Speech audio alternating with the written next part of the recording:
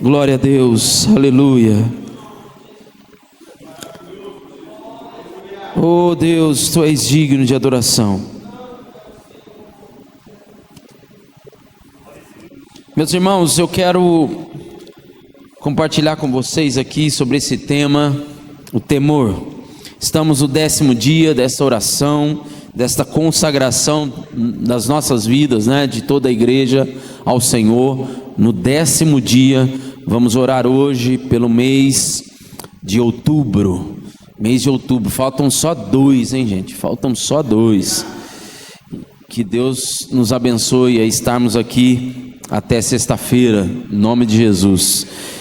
Meus irmãos, temor é algo incompreendido muitas vezes no meio cristão. Muitas pessoas ligam, apenas à questão do medo. De fato, o medo também nos conduz a algumas coisas. O medo muitas vezes nos protege de coisas ruins, mas não é apenas de temor, aliás, não é apenas de medo que o temor é formado. Quando nós falamos de temer a Deus, nós estamos falando de, ao mesmo tempo, uma carga de respeito, de temor, mas também de amor. Alguém que ama outra pessoa, ela vai fazer de tudo para que essa pessoa não se desaponte com ela. Ou seja, porque eu temo a Deus, eu faço de tudo para que Deus não fique desapontado comigo. Esse temor é aquele de que eu quero me afastar de tudo aquilo que possa ferir o coração de quem eu amo. É esse temor que nós estamos falando. Logo, eu preciso ter medo, mas medo de ferir o coração de alguém pelo qual eu tenho muita estima, pelo qual eu amo muito. O problema é que nos dias de hoje nós vivemos sob uma ideia e um sistema de relacionamentos fluidos. O que é relacionamento fluido? Como água que passa. Se deu, deu, não deu, não deu. Se as coisas não estão indo bem, está tudo certo. E é bom você não se aprofundar muito, é bom você não se relacionar muito profundamente, porque vai que não dá certo. As pessoas hoje entram em acordos, em relacionamentos, em casamento, já pensando que pode não dar certo. Isso é relacionamento fluido. Vamos ver o que vai dar, vamos ver se vai dar certo. A frase que mais se fala no sistema que rege o mundo hoje é que seja eterno enquanto dure. Isso não é o que Deus nos ensina. Ser eterno enquanto dure é exatamente o que o sistema de hoje, que jaz no maligno, como diz a palavra, quer que você entre num relacionamento já pensando assim, se de repente surgir uma desavença aí. Enquanto que Deus, Ele sempre deixou bem claro para mim, para você, através das suas escrituras, que o amor dele para conosco não é assim. Ele nos ama de tal forma que Ele nunca, em nenhum momento, irá nos desapontar, embora pareça para nós muitas vezes. Agora pergunta se há uma reciprocidade da nossa parte. Será que eu amo o Senhor a ponto de jamais querer desapontá-lo? Jamais querer ferir o coração dele? Será? Ou muitos, mais um problema do nosso tempo, como é tudo superficial, eu vou fazer isso aqui, Deus perdoa. Uma vez conversando com líderes, e um dos líderes falou assim, não, eu vou fazer um negócio errado aí, mas é só orar uns 3 dias de madrugada aí, está resolvido. Deus vai me, Isso não é temor, isso não é temor. Temor é quando eu me afasto, meu coração começa a palpitar, é quando eu me incomodo, quando estou prestes a fazer algo que vai ferir o coração do meu Deus. Quando estou prestes a fazer algo que vai direto com aquilo que Ele disse, que isso não é parte dele, que isso não é parte de quem se diz filho dele, de quem ama Ele. Espero que vocês estejam entendendo. Uma autoridade, ela não deve ser temida se nós estamos fazendo aquilo que é certo. Meu irmão, se você está fazendo o que é certo, não tem medo nenhum. Não precisa ter medo. O amor do Senhor já garantiu que todas as vezes que Ele tratar comigo e com você, ainda que pareça ruim, ainda que doa, é por amor. É amor. Tem amor dele envolvido. Então guarde bem isso. Quando você lembrar sobre o temor e o tremor, né, que a Bíblia fala, guarde bem isso. É o medo, é a aversão em desapontar o Deus que eu amo. Isso se de fato eu amo. Isso se de fato eu amo. Então, primeiro, como é que eu resolvo isso? Vivendo de acordo com a sua vontade, agradando a Ele, reconhecendo a sua soberania. Tudo isso é parte do temor. Agora, eu quero falar com você sobre os resultados desse temor. Vamos ler 2 textos inicialmente. Provérbios capítulo 1, verso 7, e depois Provérbios capítulo 9, o verso 10. Diz assim: o temor do Senhor é o princípio do conhecimento, mas os insensatos desprezam a sabedoria e a disciplina. Agora lá em Provérbios capítulo 9, o verso 10. O temor do Senhor é o princípio da sabedoria, e o conhecimento do santo é entendimento. 2 textos em que Salomão, na sua grande, enorme sabedoria, nos dá aqui basicamente o segredo. Você quer ser um homem sábio? Você quer ser uma mulher sábia? Você quer ter um conhecimento que a maioria das pessoas não tem? Ame ao Senhor a ponto de não querer desapontá-lo. Não é ame o Senhor como os outros amam. Ame ao Senhor a ponto de não querer desapontá-lo nem por 1 milímetro sequer. Nem por um pouquinho sequer. Ame ao Senhor dessa forma, a ponto de você temê-lo, e aí você alcançará a sabedoria. Tem gente que está buscando sabedoria e não está conseguindo resolver os problemas. Às vezes a solução está na direção que Deus tem para a sua vida, mas não consegue ouvir isso, não consegue entender isso, porque está faltando temor. É um pé em direção a Deus e 2 pés em direção a tudo aquilo que Deus já disse que não faz parte da sua vida. É 2 passos em direção a Deus e 3 passos em direção ao que nós chamamos de mundo. Isso não é temer a Deus. Agora veja comigo Provérbios capítulo 14, o verso 27. O temor do Senhor é fonte de vida e afasta das armadilhas da morte.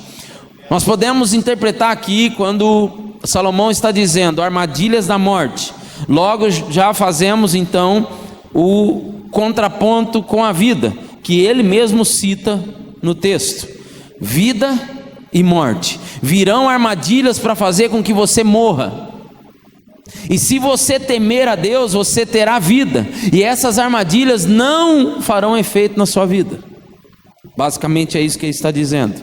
E quando falamos de morte, não estamos falando apenas de morte física, mas principalmente de morte espiritual. Tema ao Senhor e você vai pecar menos. Tema ao Senhor e você terá mais vida. Mais vida espiritual é mais poder. As suas palavras terão mais poder. Você sabe que uma coisa que eu aprendi, ouvi, depois que eu comecei a praticar, eu comecei a perceber de fato que isso é uma verdade.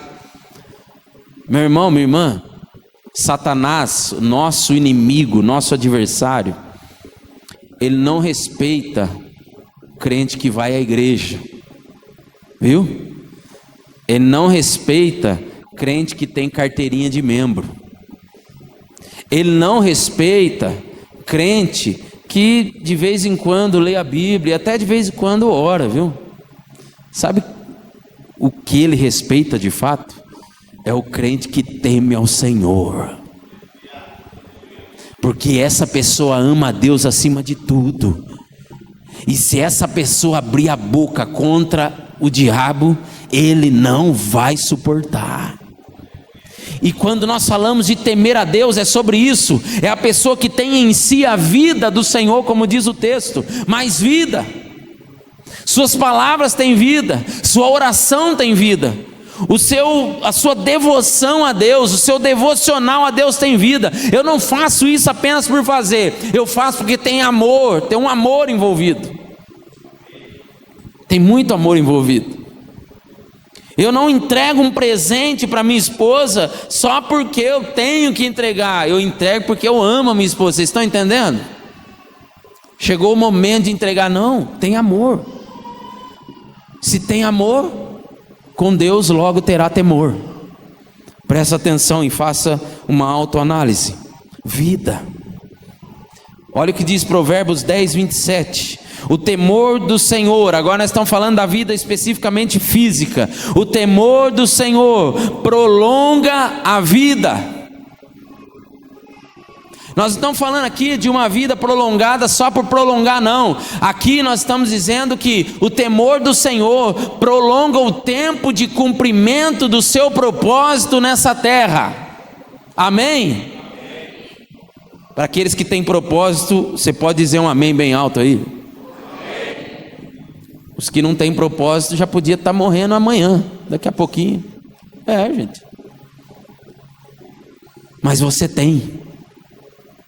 E uma das coisas que o diabo tenta tirar das pessoas, e por isso tem gente tirando a sua própria vida, é justamente essa: você não tem propósito.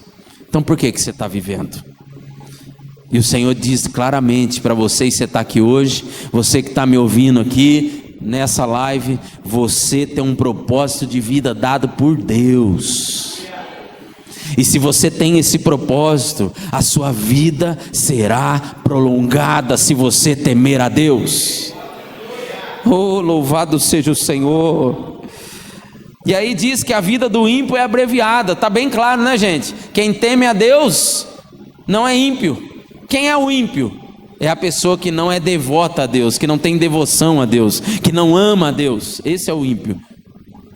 Que não é pio, né? Podemos dizer, pio vem do grego eusebeia, que significa devoção a Deus, adoração intensa e extrema a Ele. Coloca isso no teu coração, que em nome de Jesus, essa palavra encontra aí no teu coração um lugar para ficar, em nome de Jesus. Atos capítulo 2, verso 43, depois Lucas 5, 26. Todos estavam cheios de temor, e muitas maravilhas e sinais eram feitos pelos apóstolos. Olha que coisa, gente. Lucas 5, 26. Todos ficaram atônitos e glorificavam a Deus, e cheios de temor, diziam: hoje vimos coisas extraordinárias. Meu irmão, minha irmã, quem teme a Deus, está isso aqui de começar a ver coisas sobrenaturais.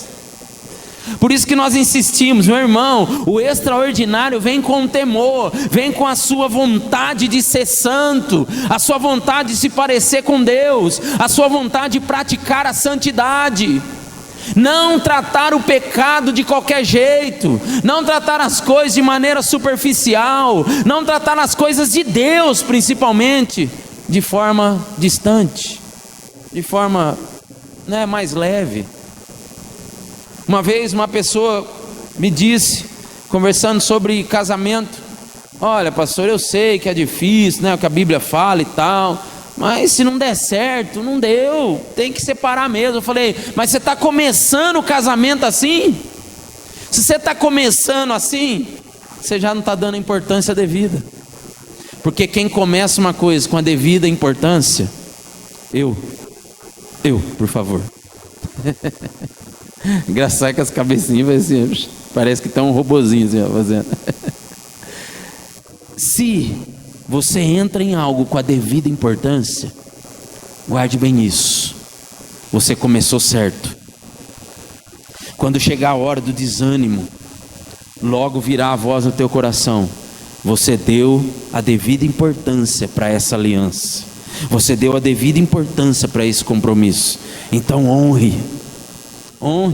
E isso não é só para casamento, é para tudo que a gente começa. Vamos ver se vai dar certo. Gente, as pessoas entram em qualquer tipo de relacionamento, inclusive de namoro. Uma das coisas que a gente mais combate é isso.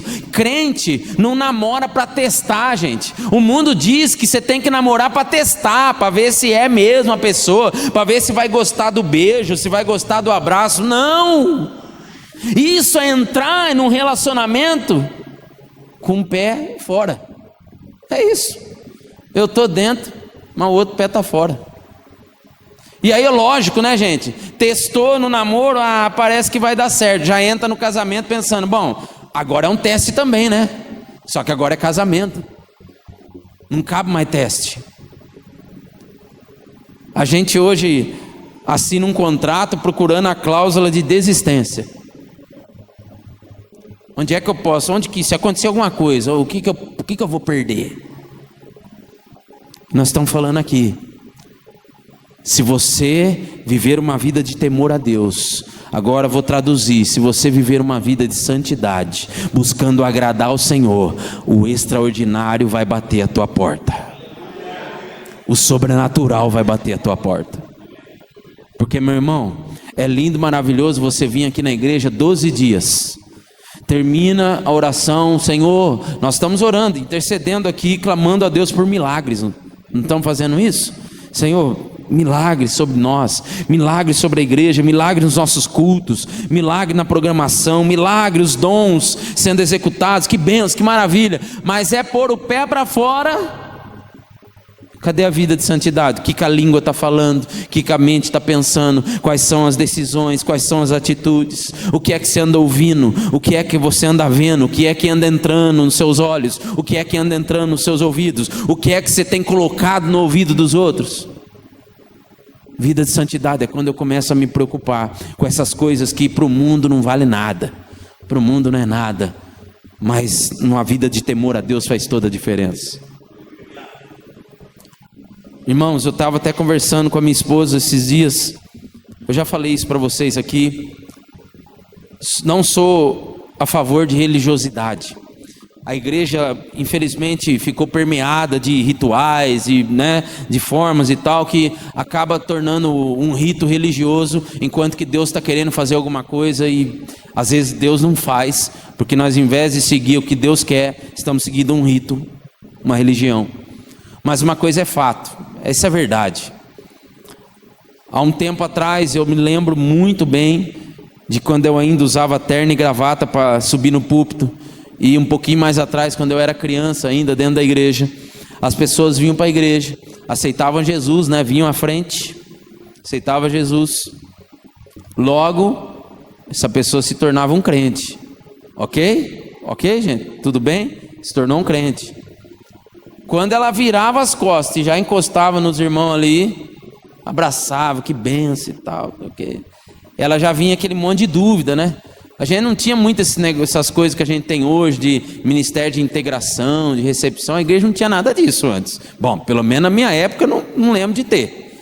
De ter alguém que ia lá, anotava o nome, essas coisas. Não, irmão. É o seguinte, no que ela entrava no meio do povo, alguém já estava cobrando ela. Amanhã você não vem com essa calça, hein? O próximo culto é saia, dá um seu jeito aí, você tem que vir de saia. E é o seguinte, tem um brinco, tem um piercing, tem não sei o que, isso aí é tudo do diabo, pode arrancar tudo. Tudo é do diabo. Religiosidade, né, gente? É ou não é? É. Mas o que nós entendemos de evangelho, esquece essa religiosidade. O que nós deveríamos entender do evangelho é o seguinte: evangelho é, vem como estás, mas não fique como estás. Logo, eu sou transformado, eu me posiciono. Isso tem a ver com santidade. Eu me posiciono como cristão. Hoje não, a história do acolhimento e tal, então vamos devagar, porque não é assim. Aí a pessoa está 1, 2, 3, 10, 20. Aí eu conheço gente que já se batizou, faz 10 anos que se batizou, já era evangélico, já passou por igreja A, B, C, o quê? E está a mesma coisa de quando não era crente. A mesma coisa. Infelizmente, irmão, infelizmente. Sabe por quê? Porque quando se fala de santidade hoje, todo mundo pensa na religiosidade de lá de trás. Não é isso. Nós estamos falando de mudança, de transformação. E sabe como é que acontece essa transformação? De dentro para fora. A pessoa, ao mesmo tempo que cobravam ela de usar a saia ao invés de usar calça, ao mesmo tempo que cobravam ele, que ele não podia mais usar bermuda, era só calça, não pode mais, ao mesmo tempo falavam para ele, ó, você pode pôr o teu joelho em terra, que Deus só aceita joelho em terra, é só isso que Deus aceita. Aí tem o lado bom, né? Que hoje ninguém faz isso mais. Não, fica à vontade. Não, fica à vontade, a gente faz isso, eu falo aqui, pode orar de pé. Pode orar sentado, se quiser orar deitado, babando no chão, fica à vontade, irmão. O que importa é o teu coração. Só que no passado, as pessoas eram o seguinte, você mudou, irmão? A pessoa quando ela vinha para frente, era difícil dela vir, porque ela sabia que a partir daquele momento, aquela roupa que ela estava usando, ela ia ter que mudar. O jeito que ela falava, ela ia ter que mudar. Ela sabia já disso. Eu estou indo como se fosse de fato mesmo, uma ovelha indo para morrer. Eu vou morrer. E é isso que tinha que gerar em nós naturalmente. O que era obrigado lá atrás deveria acontecer hoje naturalmente. Mas eu digo para vocês que nessa de ser obrigado, ó quem está aqui, eu. Tem mais gente aqui, não tem? Que viveu esse tempo. Você não está aqui hoje, irmão? Eu digo para você, se lá atrás fosse passar a mãozinha na tua cabeça, eu duvido que você estava aqui. Duvido. Agora hoje, pode pesquisar, por maior que seja a igreja, irmão, não é só a igreja pequena, porque às vezes vai falar, tá falando mal das igrejas grandes, essa igrejinha aí também. Não, irmão, vai lá na igreja grande, vai ver a rotatividade de pessoas, como é que é. É um entra e sai, num domingo é um grupo, no outro domingo é outro, passa um mês, já não é aquele grupo, mas tá sempre cheio, mas é isso aqui, ó, rotatividade.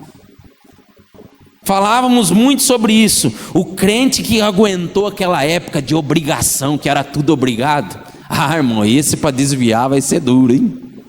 Esse para desviar vai ser duro. Porque aguentou cada pancada. Cortavam as pontinhas do cabelo, o círculo de oração já olhava e falava, ih, você está fora, está afastada. Quando não, já não mandava você embora da igreja. Eu vivi isso na minha casa, gente. Minha mãe cortou as pontinhas do cabelo, as irmãs já não cumprimentavam ela com a paz do Senhor. Passava bom dia, boa tarde, boa noite. Não tem paz do Senhor mais. Aí você fala, meu Deus, que religiosidade. Por um outro lado, ou você muda ou você está fora. Mas não é assim o evangelho, gente.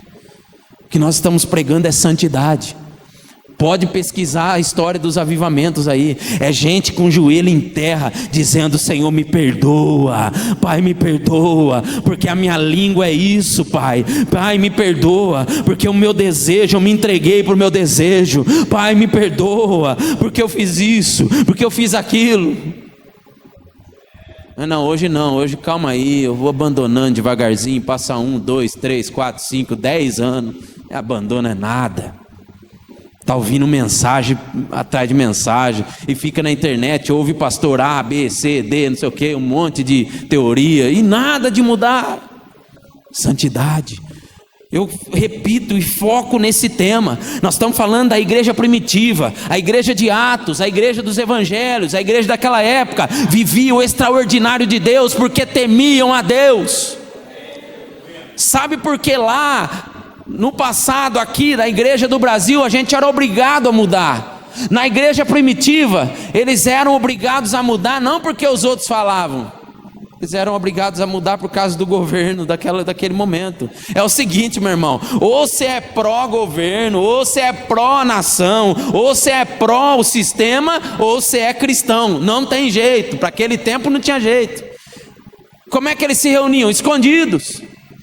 A igreja primitiva estava sempre num lugarzinho ali, por quê? Porque era a perseguição do governo, era a perseguição da própria igreja da época, era a perseguição de todo mundo. Então, meu irmão, você tem que virar cristão mesmo. Você já sabe que o dia que você virar cristão, você vai cultuar nas escondidas, porque se te pegarem, você está morto. Eu conto uma história que, isso na época da ditadura no Brasil, um general cristão, evangélico, entrou numa igreja, Aí entrou fazendo com uns 4, 5 soldados. Já começou a tirar para cima aqui, dando tiro pro alto dentro da igreja, general. Crente. É o seguinte, o povo tudo abaixado já. Aquele que não negar a Jesus aqui vai morrer hoje, aqui nesse lugar. O Deus de todo mundo é o Estado. Eu vou dar uma chance. Se você não quer morrer, eu te dou uma chance. Você pode ir embora. Vaza desse lugar.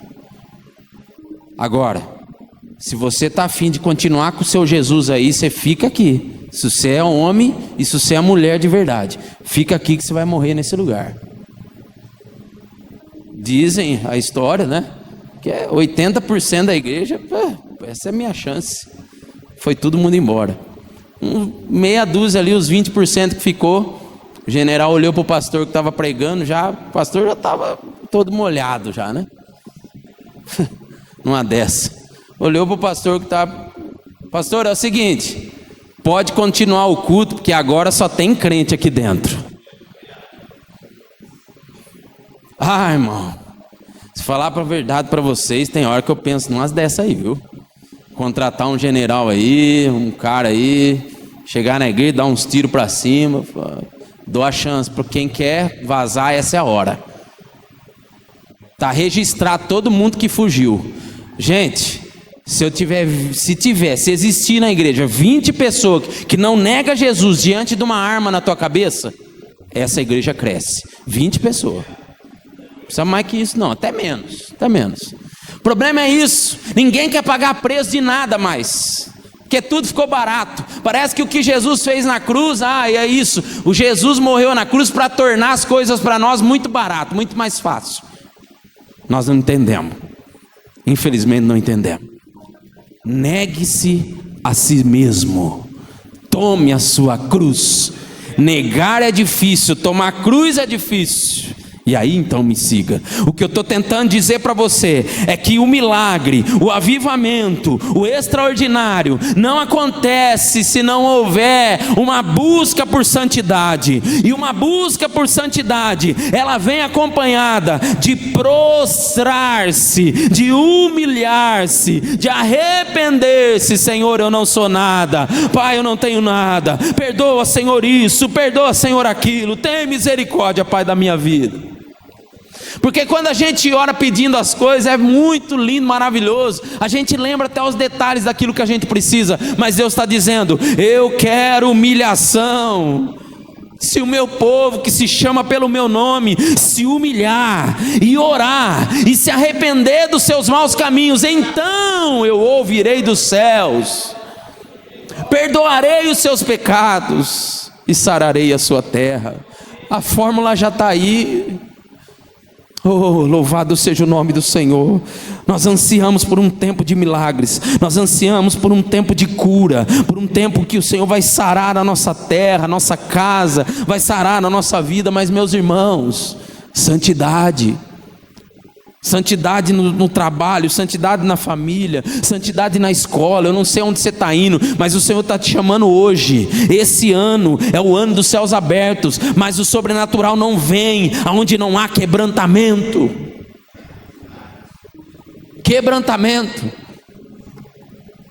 O texto lá do profeta, onde o Senhor leva o profeta até os ossos secos. O Senhor não leva o profeta até os ossos secos para dizer assim: Senhor, os ossos estão secos. Não, o Senhor leva o profeta até os ossos secos, para o profeta falar para eles: ei, ossos, tenham carne, ossos, tenham nervo, ossos, tenham vida. O problema é que a gente vem na igreja altivo. A gente vem altivo e começa a apontar, fazer lista de problema da igreja, lista de problema do pastor, lista de problema do irmão. Irmão, para ter diagnóstico, desculpa, hoje tem IA que faz. Você abre aí o chat GPT e pergunta quais são os problemas da igreja. Vai falar para mim, não precisa de você. O que nós precisamos é coisa que a IA não faz. Eu quero ver a IA fazer milagre. Quem faz milagre nessa terra é eu, você, nós, através do nome poderoso de Jesus. Está na hora de brotar isso dentro de nós, gente. Não podemos mais ficar assim não. Está na hora de brotar isso dentro de nós. Vamos orar, vamos orar. E eu oro e clamo a Deus, e não só isso, peço a você nessa noite, neste lugar, neste ambiente, quebrante-se diante do Senhor. Quebrante-se diante do Senhor, se humilhe diante do Senhor, em nome de Jesus, e nós vamos ver um avivamento crescente nesse lugar. Coisas que nós não vimos ainda, nós recebemos do Senhor nessa noite, em nome de Jesus. Oh aleluia, oh aleluia, oh aleluia. Queremos a tua glória, Senhor, queremos o teu poder. Nos humilhamos, nos quebrantamos, Senhor, diante da tua presença. Tem misericórdia, Senhor, tem misericórdia, Pai. Naramassuideriandaramanai.